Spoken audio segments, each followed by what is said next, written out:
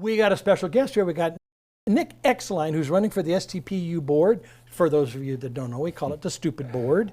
But I'm sure you've met Nick because, like myself, he's come to my door on more than one occasion the last couple of years when he was running, and we've had conversations. So I think the important thing is most people don't realize how important this election is. And I just want to say this. You want to know how important it is?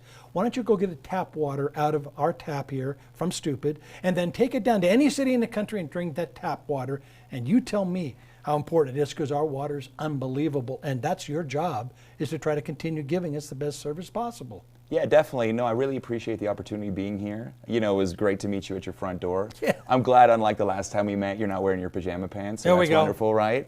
No, I'm really honored to be running for re-election for the STPUD board and knocking on so many doors in our community just to kind of discuss what our issues are, what our challenges, and really what our opportunities. But most importantly, from a water perspective, we are incredibly lucky here in the state of California, both in terms of the quality of our water and also the quantity. All right, now let's get right to the important thing, which is energy. And there's a big energy issue you're dealing with that you'd like to present to us. Yeah, definitely. So in addition to providing the community with pristine water and sewer service, what we also need to be conscious of is, of course, fire. So where we're not lucky in the state of California is as a result of fire risk. And as an STPUD board member, we've been working, diligently to develop and pay for the most robust firefighting system possible, water lines, hydrants, and so forth. But it's really energy intensive to pump water. And as a result of that, when I ran for the board originally in 2018, probably the first time I knocked on your door, one of the things that was really important to me was establishment of renewable energy, so that way we could continue to pump water in the event of a fire. Because we know now when fire comes, the wind blows, humidity is too high, they cut the power. Pumping water is incredibly energy intensive. And so as a board member, worked with staff, our community, and we're moving forward with a 1 megawatt solar install beginning May of next year.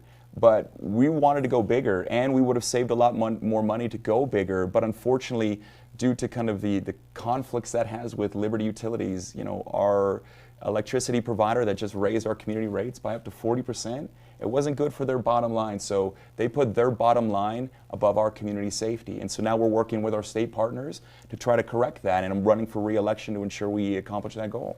The other thing is a big deal is, how's STPUD going to help with our housing shortage? Of all the things in the world, I never thought I'd ask that question. Right. I think in terms of housing, I'm a small business owner here in the community. It's an all hands on deck moment. We really need to be doing whatever we can to ensure we have community housing, that the people that work in our community, the lifeblood of, the waiters, the waitresses, the people at the store, all those people we rely on to make South Tahoe great, we need to make sure they have a clean, comfortable home. And so at STPUD, kind of in that ethic, we work to kind of reestablish and readjust how we do sewer connection fees, so that instead of it being a flat line regardless of how big your residence is or how big your structure is, we now do it based on square footage. So the reason we did that is to help with reducing fees. So Sugar Pine Project by the Y, we saved them well over $1 million just in the way we were able to adjust our sewer connection fees. All right, Nick Exline, best way to get in touch with you? Yeah, I have a website, nickexline.com. My personal email is exline555@gmail.com.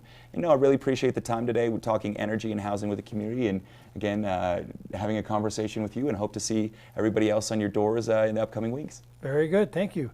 Well, the most important thing about having you come in is reminding you need to vote. And I believe now the mail-in ballots is time, if you want to mail them in, time to mail them in.